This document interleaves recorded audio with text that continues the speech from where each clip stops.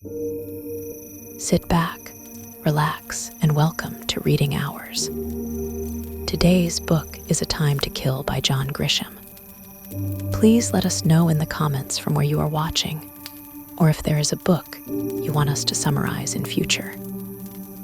In the quiet, often overlooked corners of the American South, where tradition and justice can intertwine in complex and sometimes volatile ways, John Grisham's A Time to Kill burst onto the literary scene, challenging perceptions and sparking fervent debate.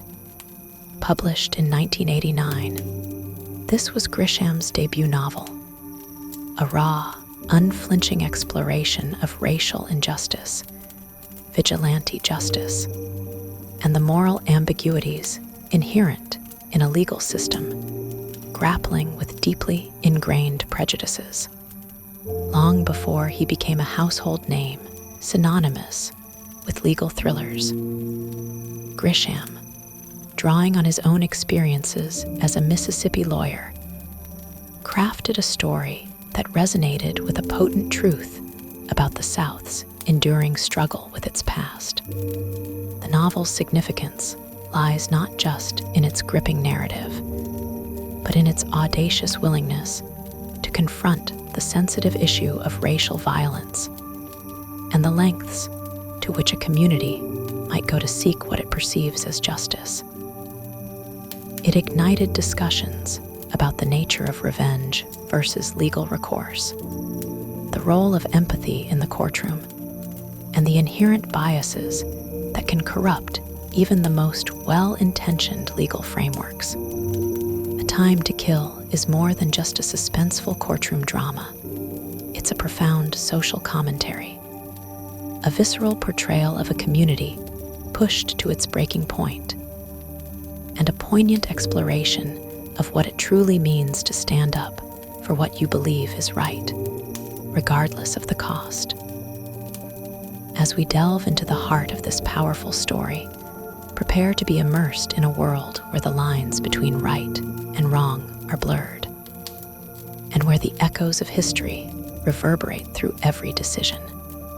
The oppressive humidity of Clanton, Mississippi, a small, insular town steeped in its own history and traditions, hangs heavy in the air, a physical manifestation of the unspoken tensions that simmer beneath its placid surface. The story begins on a sweltering July afternoon, an ordinary day that quickly devolves into an extraordinary nightmare. 10-year-old Lee Hailey, a black girl full of youthful innocence and boundless energy, embarks on a seemingly harmless errand, walking home from the store with a new doll clutched in her hands. This simple act, however, becomes the catalyst for a horrifying act of violence that will shatter the lives of many and expose the raw nerves of racial prejudice that still lie close to the surface in the Deep South. On a desolate road, away from the prying eyes of the town, Tanya is brutally abducted and sexually assaulted by two white men, Billy Ray Cobb and Pete Willard. These men are not strangers to the darker side of Clanton. They are known for their violent tendencies, their casual racism, and their general disregard for the law. Their crime is not just an attack on an innocent child.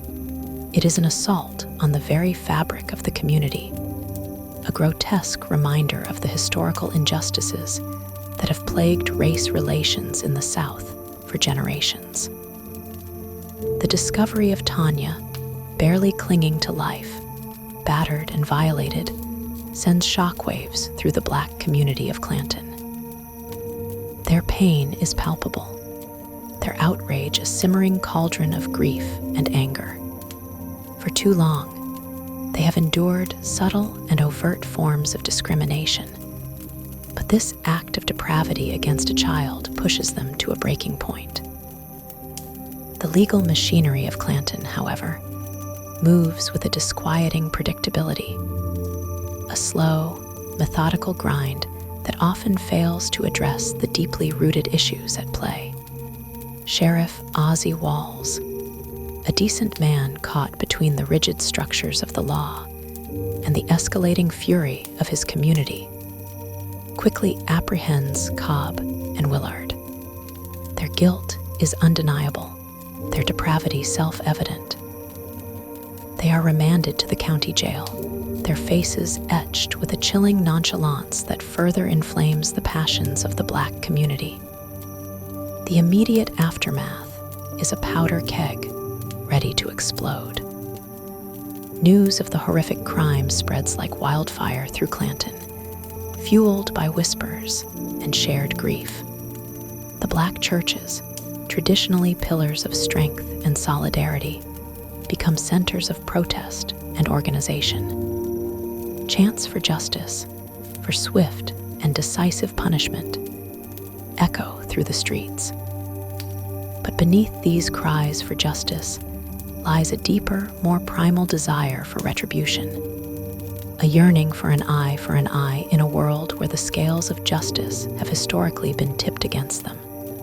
The racial divide in Clanton, often unspoken but always present, becomes starkly visible. White residents, while condemning the crime, often view the escalating protests with a mixture of apprehension and subtle resentment, clinging to the belief in due process, even as the Black community questions its efficacy in their particular circumstances. The legal process, as it is unfolding, appears to them as yet another iteration of a system that has historically failed to protect and uplift them. Carl Lee Hailey, Tanya's father, a hardworking mill worker and a man of quiet dignity, is consumed by an unbearable agony. His daughter's suffering is a wound that goes beyond the physical. It's an attack on his family, on his very soul. He sits vigil at Tanya's bedside, watching her broken body, listening to her tormented whimpers. And in that agonizing vigil, a profound and terrible resolve begins to solidify within him. The law, he believes, will not deliver true justice. It will be bogged down in technicalities, delayed by appeals, and ultimately, he fears, it will fail to mete out a punishment commensurate with the unspeakable evil inflicted upon his daughter. The memory of Emmett Till, the young Black boy brutally murdered in Mississippi decades earlier, and whose killers walked free, looms large in the collective consciousness of the Black community, a haunting reminder of the perceived injustices of the past.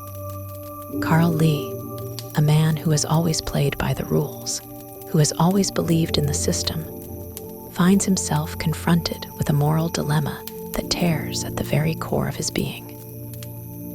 Can he trust the law to protect his family, to deliver justice for his child? Or must he take matters into his own hands to ensure that the perpetrators pay for their heinous crime? The question gnaws at him, a relentless torment. The tension in Clanton mounts with each passing hour. Threats of violence from white supremacist groups begin to emerge, further escalating the volatile situation.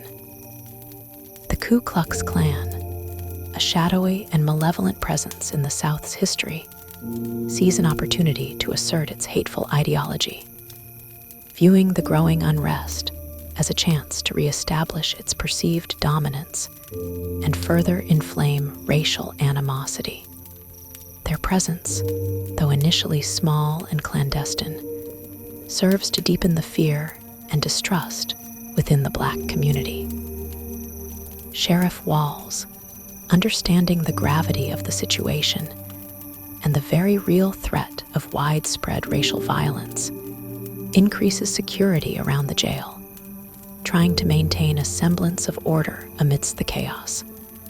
He knows that the eyes of the state, and indeed the nation, are turning towards Clanton, a small town thrust into the unforgiving glare of a national spotlight. The fragile peace of Clanton is on the verge of shattering, and the actions of one grieving father will set in motion a chain of events that will reverberate through the legal system and the very soul of the American South. Carl Lee's decision, born of desperation and a father's protective fury, will become the central pivot around which the entire narrative will turn, forcing everyone in Clanton to confront their own definitions of justice, morality, and racial equality in a society still grappling with the legacies of its past. The decision, when it finally comes, is not a sudden, impulsive act, but rather the culmination of days of agonizing contemplation, fueled by unbearable grief and a desperate need for retribution. Carl Lee Hailey, a man transformed by unspeakable tragedy, makes his way to the county courthouse, armed not with a weapon, but with a chillingly calculated plan. He knows the layout of the building, the schedules of the deputies, and the precise moment when Billy Ray Cobb and Pete Willard, the men who shattered his daughter's life, will be escorted from their cells to the courtroom for a preliminary hearing. The morning air is thick with anticipation, the streets of Clanton buzzing with an undercurrent of tension. Protesters from the Black community have gathered outside the courthouse, their chants for justice a mournful lament mixed with defiant anger. White residents, many curious, some apprehensive, observe from a distance, the racial divide a palpable barrier between the two groups. Sheriff Ozzie Walls, ever vigilant, has deployed extra deputies, attempting to maintain order, but he cannot anticipate the depth of Carl Lee's despair or the ferocity of his resolve. As Cobb and Willard are led, shackled and smirking, through a crowded corridor on the third floor of the courthouse, their casual arrogance is a final, unbearable insult to Carl Lee. They are unrepentant, their faces reflecting a chilling indifference to the suffering they have inflicted. This indifference, more than anything, solidifies Carl Lee's conviction that the legal system, in its detached impartiality, might fail to fully grasp the magnitude of their crime, might fail to deliver a punishment that truly fits the unspeakable evil they have committed. He pulls out a hidden M16 assault rifle, an unexpected and shocking sight in the hallowed halls of justice. The sudden appearance of the weapon, the chilling click of the safety, sends a wave of stunned silence through the corridor, momentarily freezing everyone in place. Before anyone can react, before the deputies can even draw their sidearms, Carl Lee unleashes a torrent of gunfire. The sound is deafening, echoing through the courthouse, a brutal symphony of vengeance. Cobb and Willard fall, riddled with bullets, their lives extinguished in a horrific and immediate act of vigilante justice. The aftermath is pure chaos. Screams fill the air as bystanders scatter in terror. Deputies, initially stunned, rush forward, drawing their weapons, but Carl Lee offers no resistance. He drops the M16, his face a mask of grim satisfaction and profound sorrow. He has achieved his objective, but the cost, he knows, will be immense. He is immediately apprehended, handcuffed, and led away, his stoic demeanor a stark contrast to the pandemonium he has unleashed. The news of the courthouse shooting rips through Clanton like a wildfire, igniting a fresh wave of outrage and division. For the Black community, Carl Lee becomes a folk hero, a symbol of righteous anger, and a man who dared to take matters into his own hands when the system seemed unwilling or unable to provide true justice. Their grief for Tanya, now compounded by Carl Lee's desperate act, morphs into a fierce loyalty and a collective determination to stand by him. For many white residents, however, Carl Lee is a cold-blooded murderer, a man who brazenly defied the law, and his actions are seen as a dangerous precedent, a slippery slope towards anarchy. The state prosecutor, Rufus Buckley, a formidable and ambitious man, immediately takes charge of the case. He views Carl Lee's act as a clear-cut case of premeditated murder, a blatant disregard for the rule of law that must be met with the full force of the state. He is determined to secure a conviction, to send a clear message that vigilante justice will not be tolerated, regardless of the circumstances. The death penalty, the ultimate punishment, looms large over Carl Lee's future. Amidst this maelstrom of conflicting emotions and legal maneuvering, one man steps forward to defend Carl Lee Hailey, Jake Brigance, a young, idealistic, and somewhat naive white lawyer from Clanton. Jake, who knows Carl Lee from his previous work, feels a deep sense of moral obligation. He is not driven by ambition or financial gain, but by a profound belief that Carl Lee, while having committed a terrible act, was driven to it by an even greater evil, by a system that failed to protect his daughter and seemed poised to fail him as well. Jake knows the odds are stacked against him. Defending a black man who murdered two white men in a racially charged environment in the heart of Mississippi is a professional suicide mission. He faces immediate backlash from parts of the white community who see him as a traitor, siding with them against us. His law practice, already struggling, is likely to collapse, and his family will undoubtedly face ostracization and threats. But Jake's conscience, a powerful and unwavering force, compels him to take the case. He understands the profound despair that pushed Carl Lee to such an extreme act. He believes that the trial, while ostensibly about murder, will in fact be a referendum on the racial prejudices that have poisoned Clanton for generations. He sees Carl Lee not as a cold-blooded killer, but as a desperate father driven to an act of understandable, if legally indefensible, vengeance. As Jake begins to assemble his defense, he recognizes the immense challenge before him. He must find a way to make a jury, predominantly white and steeped in the cultural norms of the South, understand the depth of Carl Lee's pain, the justification for his actions, and the context of a community grappling with racial injustice. The courthouse shooting has ripped open old wounds, exposing the raw nerves of racial animosity that still fester beneath the surface of Clanton. The battle lines are drawn, not just in the courtroom, but within the very heart of the town, where allegiances are tested and deeply held beliefs are challenged. The trial of Carl Lee Hailey will not merely be a legal proceeding. It will be a crucible, a moment of reckoning for Clanton, for Mississippi, and for the broader struggle for justice in a racially divided nation. The immediate aftermath of the courthouse shooting plunged Clanton into a volatile mix of grief, rage, and a terrifying resurgence of racial tension. The media, scenting a sensational story, descends upon the town, their cameras and microphones amplifying every word, every protest, every whispered threat. Clanton, a town that preferred its secrets to remain unspoken, suddenly finds itself under an intense, unforgiving spotlight.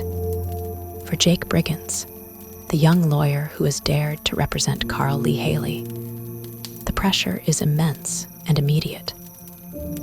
His decision to take the case sends shockwaves through his own life and the lives of those closest to him. His partner in the fledgling law firm, Harry Rex Vonner, a cynical but ultimately loyal divorce lawyer, warns him of the professional ruin that awaits him. The white community, particularly its more conservative and racially prejudiced elements, views Jake's actions as an act of betrayal. Threats, initially anonymous and veiled, quickly escalate. His office is vandalized, his family becomes a target of harassment, and the economic lifeblood of his practice begins to dry up as clients, fearful of association, abandon him. Jake's wife, Carla, initially struggles to comprehend her husband's decision, fearing for their safety and their future. She is a woman of deep moral conviction, but the practical implications of Jake's idealism are terrifyingly real. Their young daughter, Hannah, is caught in the crossfire, her innocent world disrupted by the escalating racial animosity. Despite her fears, Carla, seeing the unwavering conviction in Jake's eyes, ultimately stands by him, a testament to their deep bond and shared sense of justice. This support, however, does not diminish the constant anxiety that permeates their lives, a gnawing fear that every knock on the door, every unfamiliar car, could bring further harm. The Ku Klux Klan, seeing the unrest as an opportunity to reassert its hateful agenda, begins to organize openly in Clanton. Their hooded figures, their burning crosses, and their chilling rhetoric serve to further inflame racial tensions and deepen the fear within the Black community. They parade through the streets, a visible symbol of entrenched hatred, their presence a stark reminder of the ugly underbelly of the South's history. These public displays of bigotry are met with defiant counter-protests from the Black community, who refuse to be intimidated, their solidarity strengthened by their shared struggle. Rufus Buckley, the ambitious district attorney, sees the Lee Hailey case as his ticket to political advancement. He is determined to secure a swift conviction and a death sentence, believing that anything less would be a sign of weakness and a dangerous precedent for law and order. He assembles a formidable prosecution team, leveraging the state's resources and the deeply ingrained prejudices of the predominantly white jury pool. Buckley is a master orator, charismatic and ruthless, and he knows how to play to the fears and biases of his audience. He intends to portray Carl Lee not as a desperate father, but as a cold-blooded murderer, a man who took the law into his own hands and must pay the ultimate price. Jake, facing this formidable opponent, realizes he needs help. He turns to Lucian Wilbanks, a brilliant but disgraced former civil rights lawyer, known for his eccentricities and his uncanny ability to cut through legal complexities to expose the human truth. Lucian, initially reluctant, is eventually convinced by Jake's earnestness and the profound moral implications of the case. He brings a wealth of experience, a deep understanding of the intricacies of Southern racial politics, and a willingness to employ unconventional tactics in the courtroom. Rounding out Jake's defense team is Ellen Rourke, a young, bright, and equally idealistic legal intern who has volunteered her time. She is a Northerner, initially a fish out of water in the deeply conservative South. But her sharp intellect and unwavering commitment to justice prove invaluable. She brings a fresh perspective, an ability to see through the biases that might blind others, and an unwavering dedication to Carl Lee's defense. Together, this unlikely trio faces an uphill battle. They must navigate a legal system deeply intertwined with social prejudices, a jury pool that has already been exposed to sensationalized media coverage and the inflammatory rhetoric of the Klan, and a prosecution team determined to secure a conviction at any cost. The defense strategy begins to take shape. They will not deny that Carl Lee killed Cobb and Willard. That fact is undeniable. Instead, they will argue that Carl Lee was temporarily insane at the time of the shooting, driven to an uncontrollable act of vengeance by the unspeakable trauma inflicted upon his daughter. This is a risky strategy, a high-stakes gamble in a trial where the stakes are life and death. But it is their only hope. The racial tensions in Clanton continue to escalate, mirroring the growing pressure on Jake and his team.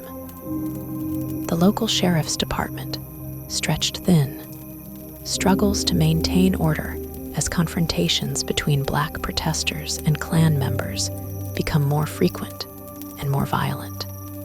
The very air in Clanton is charged with a simmering animosity, a constant reminder of the deep-seated divisions that the trial of Carl Lee Hailey has brought to the forefront. The path ahead for Jake is fraught with peril, both professional and personal. He is risking everything: his career, his family's safety, and his very reputation to defend a man whom many in his community view as a murderer. But for Jake, the defense of Carl Lee Hailey is not just about a legal case. It is about a fundamental question of justice, about whether the law can truly serve all people equally, and whether a society can ever truly heal its deepest wounds without confronting its most uncomfortable truths. As the trial of Carl Lee Hailey begins, the Clanton County Courthouse becomes a stage for a profound legal and social drama, a microcosm of the racial tensions simmering across the American South. The air inside the courtroom is thick with anticipation, fear, and deeply ingrained prejudices.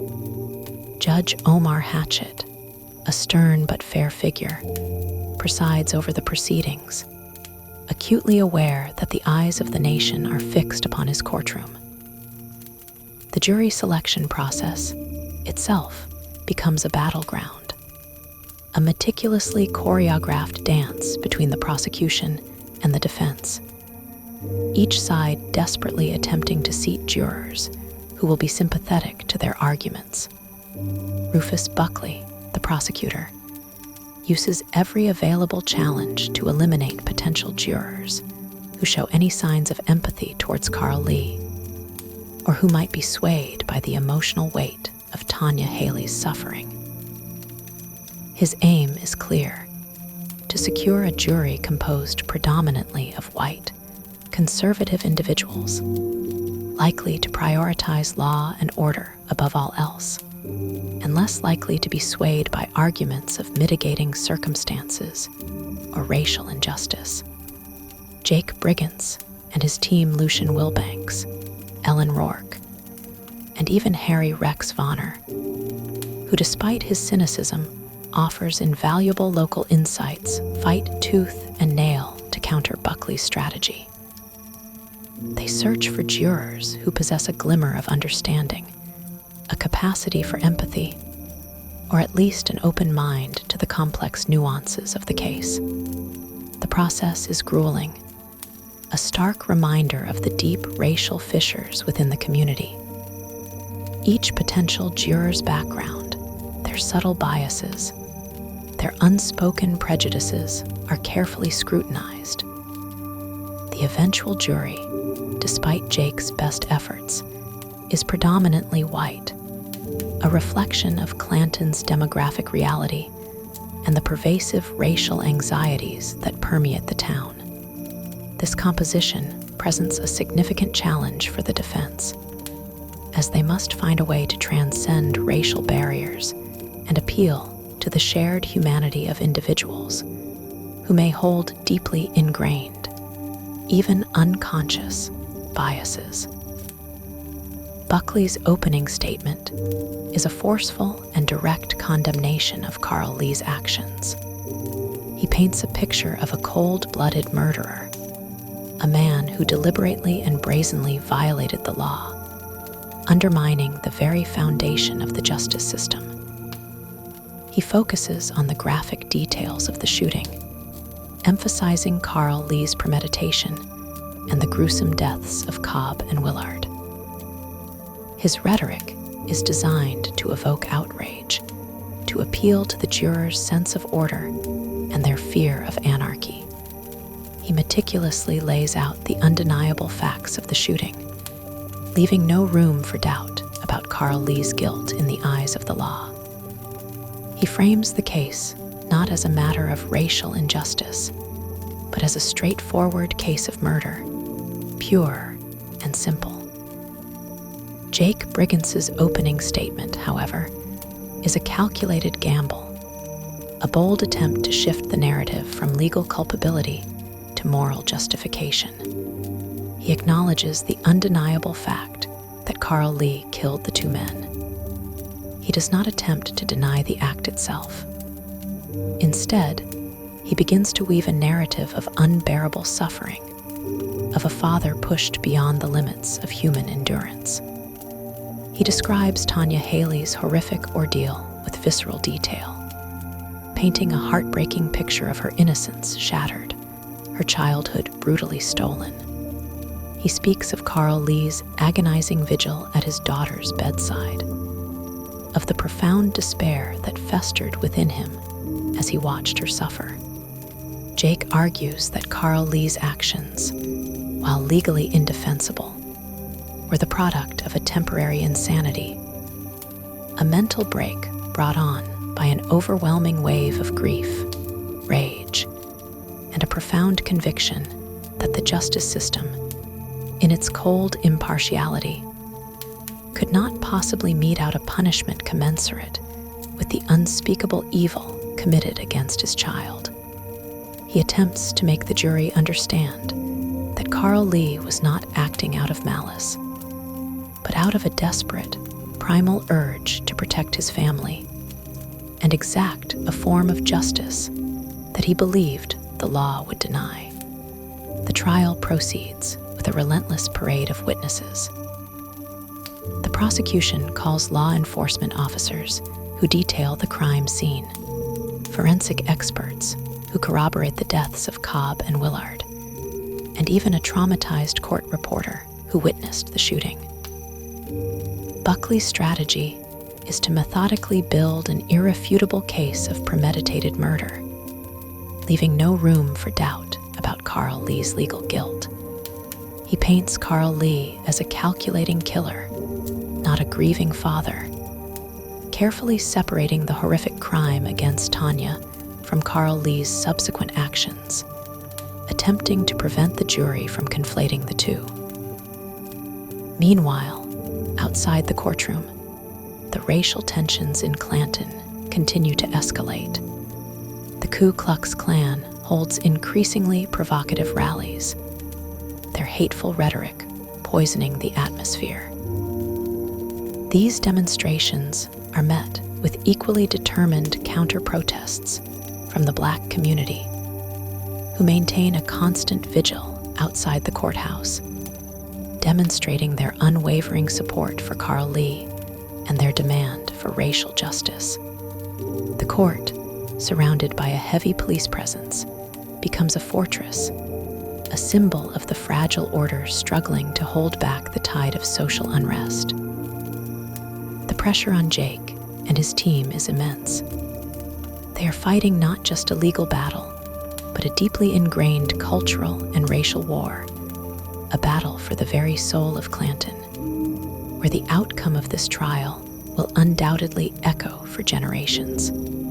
The courtroom becomes a crucible, forging not just legal arguments, but also the very emotional landscape of Clanton.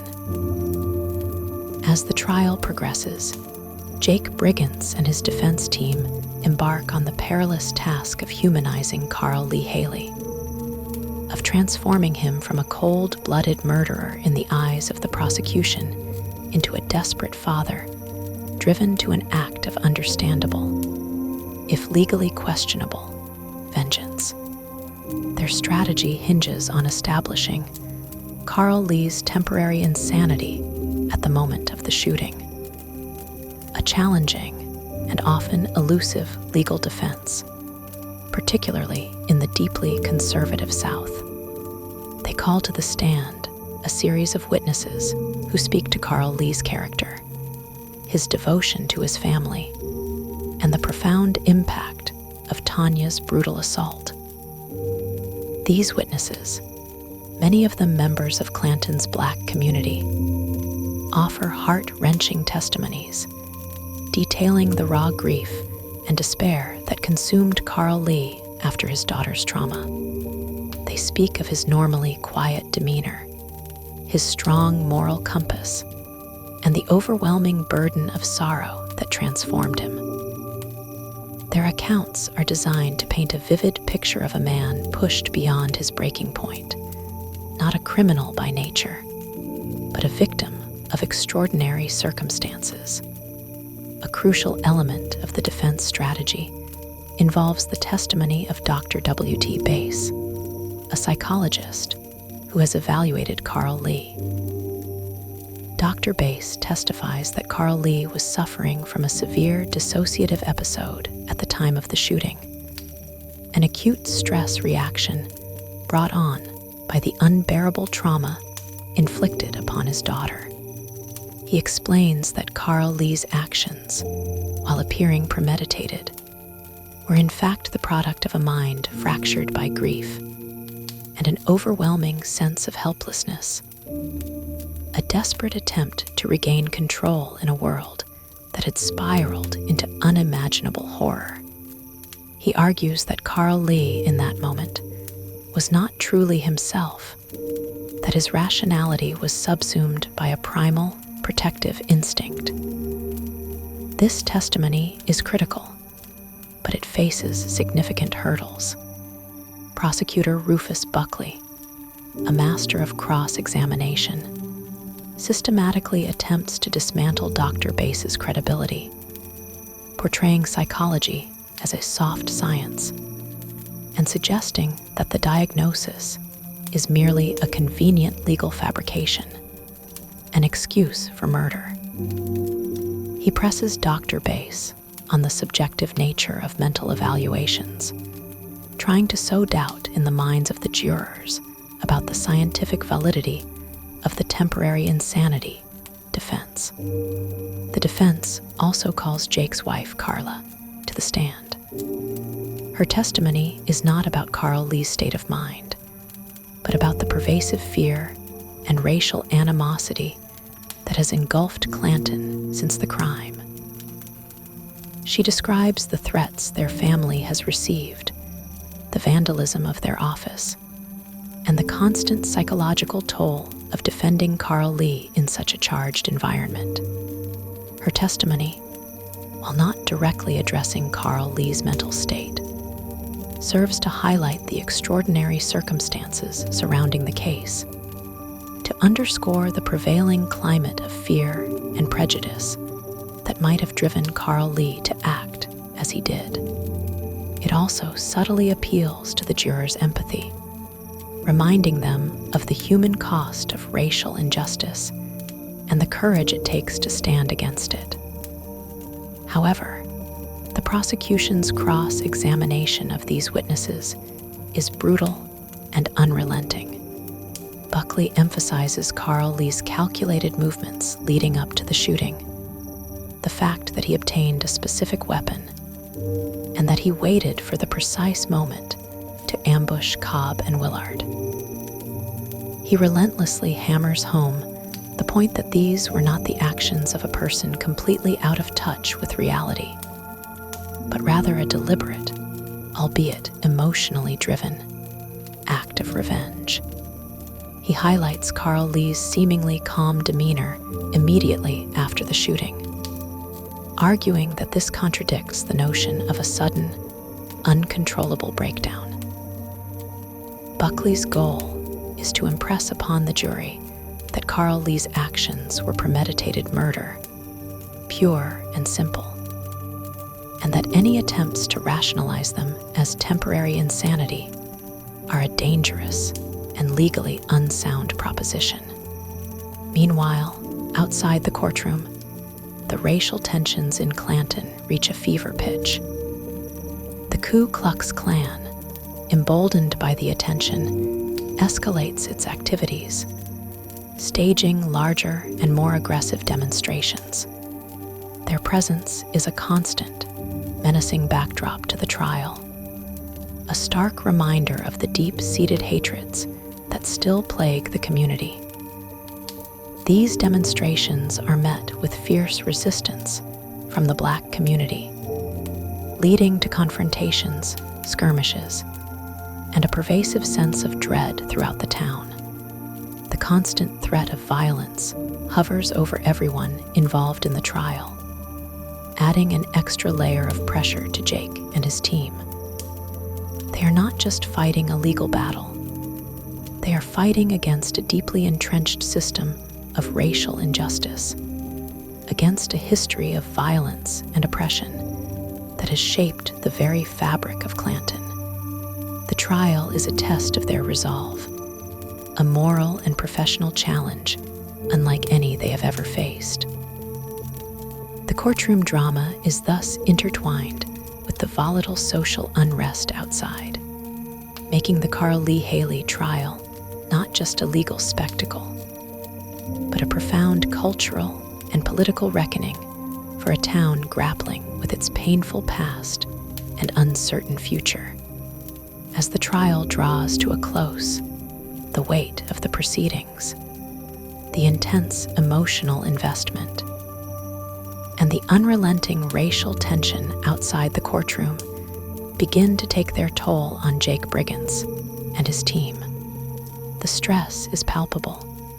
The constant fear for their safety and the knowledge that Carl Lee's life hangs in the balance, pushing them to their limits. The climax of the trial approaches with the closing arguments, the final opportunity for both the prosecution and the defense to sway the jury. Rufus Buckley, in his closing, delivers a powerful and chilling summation. He reiterates the undisputed facts of the case, focusing on the brutal manner in which Cobb and Willard were killed.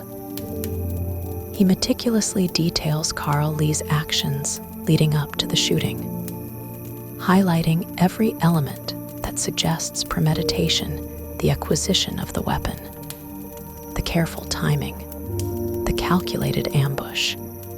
Buckley's rhetoric is designed to appeal to the jury's sense of civic duty, their respect for law and order, and their fear of vigilante justice.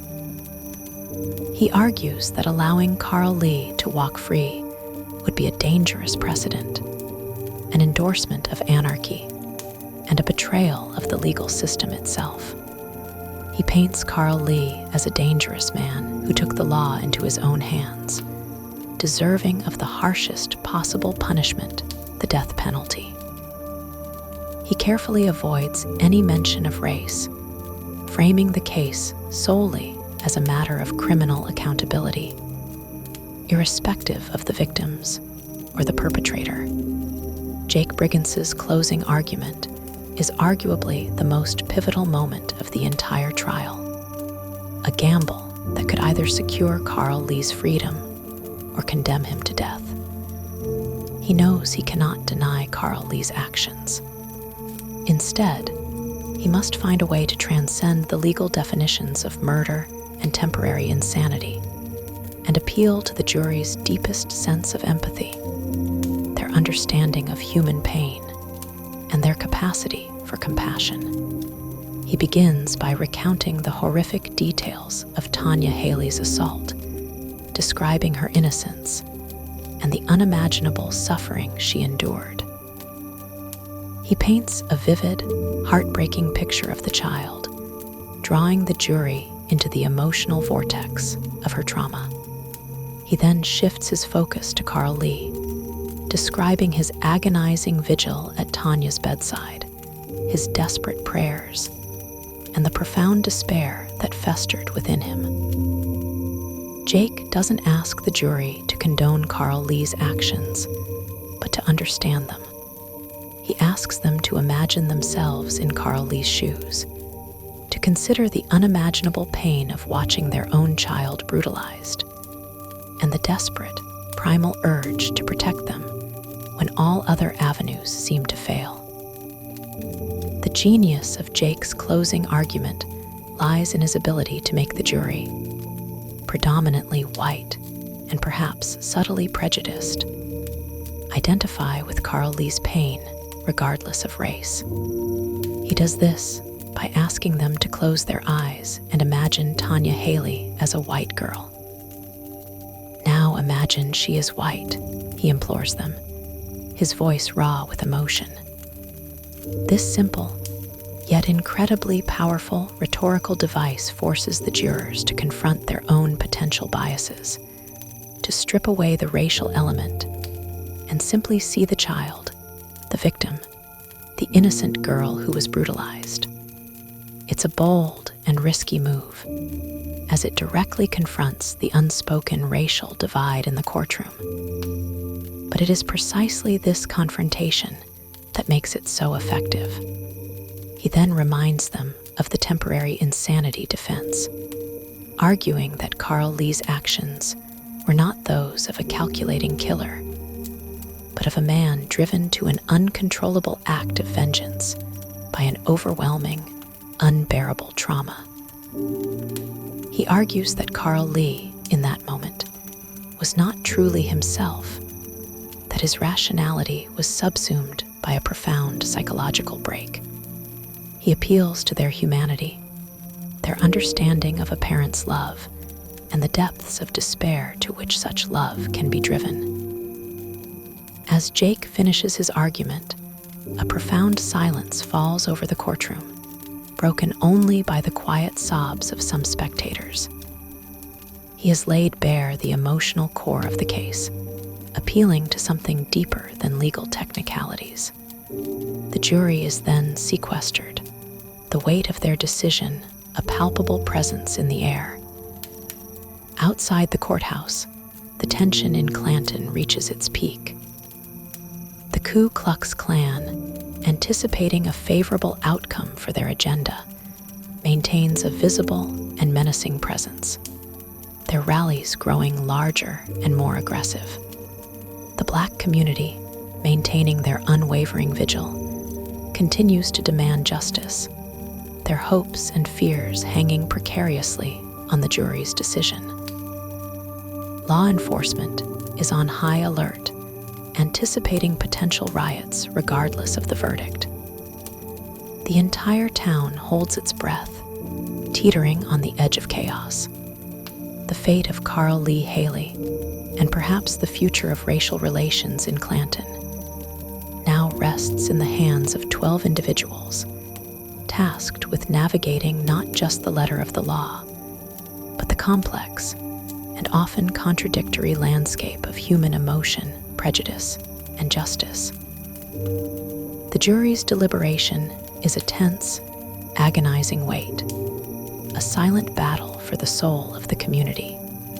The jury's deliberations are agonizingly long, stretching over several days, a testament to the profound complexities of the case and the deeply conflicting emotions it has stirred within the jurors. The courtroom and the entire town of Clanton are gripped by a suffocating suspense. Every minute that passes without a verdict amplifies the tension, the fear of either outcome, and the possibility of renewed social unrest. Inside the jury room, the initial discussions are heated, reflecting the diverse opinions and ingrained biases of the 12 individuals tasked with Carl Lee Hailey's fate. Some jurors, initially swayed by the prosecution's forceful presentation of Carl Lee as a cold-blooded murderer, argue for conviction and the death penalty. They prioritize the sanctity of the law, the need for order, and the fear of setting a dangerous precedent for vigilante justice. They focus on the premeditation of Carl Lee's actions, the fact that he planned the shooting, that he acquired the weapon, and that he waited for the precise moment to act. For them, the horrific crime against Tanya, while tragic, cannot excuse Carl Lee's subsequent act of murder. Other jurors, however, have been deeply affected by Jake Brigance's powerful closing argument, particularly his daring rhetorical question about imagining Lee Hailey as white. This has forced them to confront their own potential prejudices and to view Carl Lee's actions through a lens of profound empathy and human suffering. They argue that Carl Lee was a victim of extraordinary circumstances, a father driven to an uncontrollable act of vengeance by an overwhelming and unbearable trauma. They point to Dr. Bass's testimony about temporary insanity, believing that Carl Lee was not truly himself in that moment, that his rationality was subsumed by a primal, protective instinct. These jurors struggle with the moral weight of condemning a man who, in their eyes, acted out of an understandable, albeit legally indefensible, desire for justice for his brutally violated child. The debate within the jury room is not just about legal definitions. It's about morality, about the limits of human endurance, and about the very nature of justice in a racially charged society. They wrestle with the concept of justifiable rage versus criminal intent, with the letter of the law versus the spirit of human compassion. Outside the courthouse, the atmosphere remains volatile. The Ku Klux Klan maintains its presence, their rallies growing larger and more aggressive, their hateful chants echoing through the streets. They are a constant, menacing reminder of the deep-seated racial animosity that still plagues Clanton and much of the South. Their presence is a calculated attempt to intimidate, to influence the verdict through sheer force of public opinion, and to solidify their hold on the fears of the white community. Counter-protests from the Black community continue, equally determined and defiant. They maintain a constant vigil, their solidarity unwavering, their hope for Carl Lee's acquittal a fragile but potent force. The police, stretched thin and exhausted, struggle to maintain a fragile peace, anticipating potential riots regardless of the verdict. The entire town is a tinderbox, poised to ignite. The pressure on Jake Brigance is immense. He and his team, weary from the relentless legal battle and the constant threats, anxiously await the jury's decision. Every passing hour feels like an eternity. Jake reflects on the personal cost of taking this case, the threats to his family, the destruction of his practice, the ostracization from parts of his own community. Yet, he holds firm in his conviction that he did the right thing, that Carl Lee deserved a fair defense, and that the deeper issues of racial injustice needed to be brought to light. He knows that a conviction means Carl Lee's execution, and he carries that weight heavily. The legal and emotional stakes could not be higher. Finally, after days of intense deliberation, a hush falls over the courtroom as the jury announces it has reached a verdict. The air crackles with anticipation. Carl Lee Hailey, his face stoic, stands beside Jake, his fate resting in the hands of 12 strangers. The tension is almost unbearable, a palpable energy that fills every corner of the courtroom. The verdict will not only determine Carl Lee's future, but will also send a profound message to Clanton and beyond about justice, race, and the complex moral landscape of the American South. The moment of truth has arrived, and the outcome will forever reshape the lives of everyone involved and the very identity of the small, deeply divided town. The announcement of a verdict sends a ripple of nervous energy through the packed courtroom. Every eye is fixed on the jury foreman as Judge Hatchett asks for the decision. The silence that follows is deafening, punctuated only by the frantic clicks of reporters' cameras. Then, the words ring out, clear and resonant, "Not guilty." A collective gasp escapes the crowd, followed by a surge of contrasting emotions. For the Black community, an immediate and profound wave of relief, joy, and tears washes over them. There are shouts of elation, muffled cries of gratitude, and spontaneous embraces. For them, it is a moment of vindication, a rare triumph of justice in a system that has historically failed them. Carl Lee Hailey, who has remained stoic throughout the trial, finally allows a flicker of emotion to cross his face, a subtle nod, a quiet breath of release. He is not jubilant, but deeply, profoundly relieved. For Rufus Buckley and the prosecution team, the verdict is a devastating blow, a public defeat that could derail Buckley's political ambitions. Their faces are grim, etched with disbelief and disappointment. For many white residents in the courtroom, particularly those who supported the prosecution or sympathized with the Klan, the verdict is met with shock, anger, and a sense of betrayal. Whispers of outrage ripple through their ranks, a deep-seated resentment that a Black man, who brazenly took the law into his own hands, has been acquitted of murder.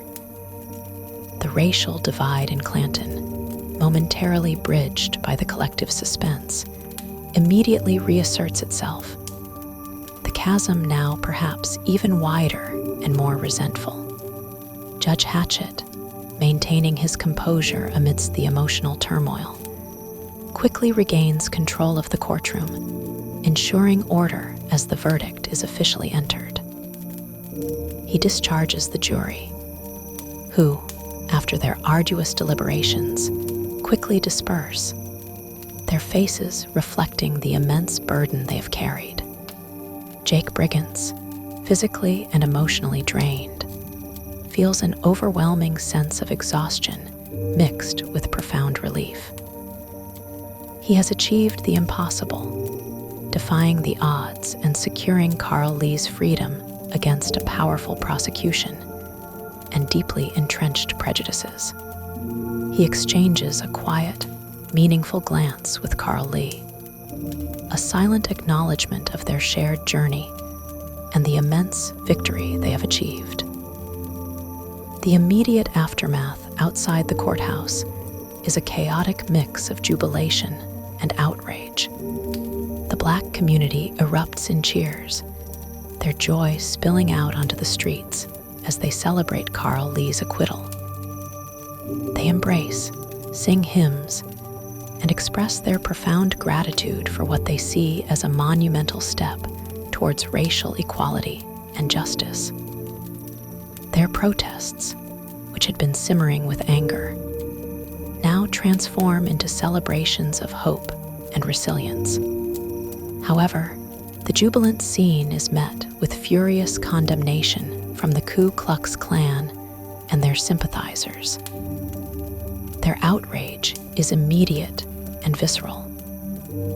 They view the verdict as an affront to law and order, a blatant miscarriage of justice, and a further erosion of white supremacy. Their protests turn violent as angry shouts give way to skirmishes and confrontations. The police, already on high alert, struggle to contain the escalating unrest, deploying riot gear and making arrests. Clanton, still reeling from the trial, is now facing the very real threat of widespread racial violence. Jake and his family are not immune to the backlash. While the verdict brings a degree of professional vindication, it also intensifies the threats against them. Their lives remain in danger as angry white supremacists view Jake as a traitor who enabled a murderer to walk free. Security measures around their home and office are heightened, but the constant fear lingers, a dark cloud over their hard-won victory. Carla, though relieved by Carl Lee's acquittal, remains deeply apprehensive for their family's safety. The financial strain on Jake's practice is severe, and the long-term impact on his career is uncertain. Carl Lee Hailey, free from legal jeopardy, faces a different kind of burden. He is a free man, but he is also a man forever marked by the trauma of his daughter's assault and the desperate act he committed. He is a symbol of both vengeance and a father's love, a polarizing figure in a town still deeply divided. His path forward will be one of quiet recovery and an attempt to rebuild a semblance of normalcy for his family, though true normalcy may forever remain elusive. The trial of Carl Lee Hailey, though concluded in the courtroom, has left an indelible mark on Clanton. It has laid bare the town's deepest wounds, forcing its residents to confront the painful realities of racial prejudice and the enduring struggle for justice. The verdict, while a triumph for some, serves as a stark reminder that the fight for true equality is far from over, and that the echoes of history continue to shape the present. The aftermath of Carl Lee Hailey's acquittal is a period of intense and often violent reckoning for Clanton, a town left reeling from the emotional and racial tempest that swept through its streets. The immediate celebrations within the Black community are met with a furious backlash from certain segments of the white population, particularly those aligned with the Ku Klux Klan. The Klan, incensed by the verdict, vows revenge. Their demonstrations escalate in size and ferocity, moving from public rallies to acts of targeted intimidation and violence. Threats against Jake Brigance and his family intensify, evolving from hateful rhetoric to tangible acts of aggression. The bombing of Jake's law office, a brutal and indiscriminate act of domestic terrorism, serves as a stark reminder of the extreme hatred he has provoked. Although no one is seriously injured in the blast, the message is clear. The Klan will stop at nothing to express their outrage and to silence those who challenge their ideology. The bombing reinforces the very real dangers Jake and his family face, forcing them to live under constant vigilance, and with the gnawing fear that any moment could bring further violence. Carla, Jake's wife, struggles immensely with the emotional toll of the events. Her initial fear for their safety gives way to a profound sense of exhaustion and a desperate desire for a return to normalcy, a normalcy that seems increasingly out of reach. She begins to unravel under the immense pressure, the constant threats, and the psychological burden of living in a town consumed by racial animosity. Her resilience is tested to its limits, and she openly questions the sacrifices Jake has made for the sake of the trial. Their marriage, while strong, is undeniably strained by the extraordinary circumstances they are forced to endure. The children, innocent bystanders in this maelstrom, are also deeply affected, witnessing the overt racism and violence that has shattered their peaceful existence. The authorities, particularly Sheriff Ozzie Walls and his deputies, are overwhelmed by the escalating violence. They are caught in the unenviable position of trying to maintain order in a community tearing itself apart along racial lines. While they attempt to contain the Klan's activities and protect Jake and his family, their resources are stretched thin, and the deep-seated prejudices within the law enforcement ranks themselves sometimes hinder their effectiveness. The FBI steps in, recognizing the federal implications of the racial violence and the domestic terrorism perpetuated by the Klan. Their involvement brings a much-needed additional layer of investigation and enforcement. But the damage to Clanton's social fabric is already extensive. The presence of federal agents further highlights the severity of the situation, transforming a local legal case into a national discussion about civil rights and racial justice. Lee Hailey, though legally free, also grapples with the profound consequences of his actions. He is no longer a defendant, but a survivor, a man who dared to challenge the system and won. However, his victory is tinged with a quiet sorrow. His daughter, Tanya, though physically recovering, is forever scarred by the trauma she endured. His family has been irrevocably changed, forced to navigate a new reality shaped by their experiences. Lee finds solace in his community, the Black residents of Clanton, who stood by him and saw him as a hero. He becomes a quiet symbol of resistance, a testament to the enduring strength and resilience of a people who have faced generations of injustice. He begins the slow, arduous process of rebuilding his life, a life forever intertwined with the tragic events that defined his family and his community.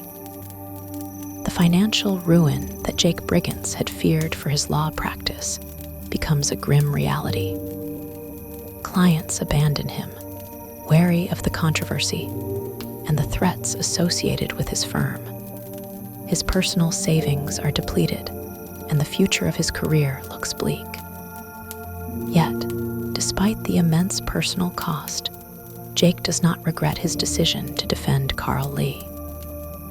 He carries the burden of the violence and the threats, but also the profound satisfaction of knowing he fought for what he believed was right, that he gave a voice to the voiceless, and that he helped achieve a rare measure of justice in a world often devoid of it. The aftermath of the trial is a period of raw wounds and slow, painful healing for Clanton. The racial tensions, though momentarily subsided, remain a fragile undercurrent, a constant reminder of the deep-seated divisions that still permeate the town. The bombing of Jake's office, the continued threats, and the lingering resentment underscore the long and arduous road ahead for a community striving to reconcile its past with its aspirations for a more just future. In the quiet aftermath of the storm, Clanton, Mississippi, slowly begins the arduous process of picking up the pieces, though the scars of the Lee Hailey trial and its violent fallout will forever remain etched upon its collective memory. The intense media scrutiny eventually subsides, moving on to other sensational stories, but the internal healing process for Clanton is a long and painful one. The visible threats and acts of violence perpetrated by the Ku Klux Klan gradually diminish as law enforcement, aided by the FBI, continues to dismantle their operations and bring their members to justice. However, the deeply ingrained racial prejudices and animosities that fueled the Klan's resurgence do not simply disappear. They recede back into the shadows, becoming unspoken tensions that continue to define relationships within the town. The trial, while a legal victory for Lee, serves as a stark reminder of the enduring struggle for civil rights and racial equality in the American South. It exposes the raw nerves of a society still grappling with its history of slavery, segregation, and systemic injustice. Jake Brigance and his family, though physically safe, continue to bear the emotional and financial brunt of his courageous defense. His law practice remains in ruins, forcing him to rebuild his career from scratch. The ostracization from some segments of the white community persists, a silent but palpable form of social punishment for his perceived betrayal. Yet, despite the immense personal cost, Jake finds a quiet satisfaction in the knowledge that he upheld his moral convictions and fought for what he believed was right. His idealism, though tested by the crucible of the trial, remains intact, perhaps even strengthened by the ordeal. He has gained a profound understanding of the human condition, of the depths of despair and the heights of courage, and of the insidious nature of prejudice. His relationship with Carla, though strained by the constant threats and the uncertainty, ultimately endures, forged in the fires of shared hardship and unwavering support. They emerge from the ordeal with a deeper understanding of each other and a renewed commitment to their shared values. Lee Hailey and his family attempt to reclaim a semblance of normal life, though true normalcy is a distant dream. Tanya continues her recovery, both physical and psychological, a slow and painful journey of healing. Lee, forever marked by his desperate act of vengeance, lives with the consequences of his actions, not in the confines of a prison cell, but in the quiet solitude of his own conscience. He carries the weight of having taken 2 lives, even if driven by unimaginable pain. Yet, he also carries the pride of having fought for his daughter, of having found a way to achieve justice when the system seemed to fail. He becomes a symbol of quiet resilience for his community, a testament to the enduring power of a father's love and the capacity for defiance in the face of overwhelming injustice. The legacy of a time to kill in Clanton is complex and multifaceted.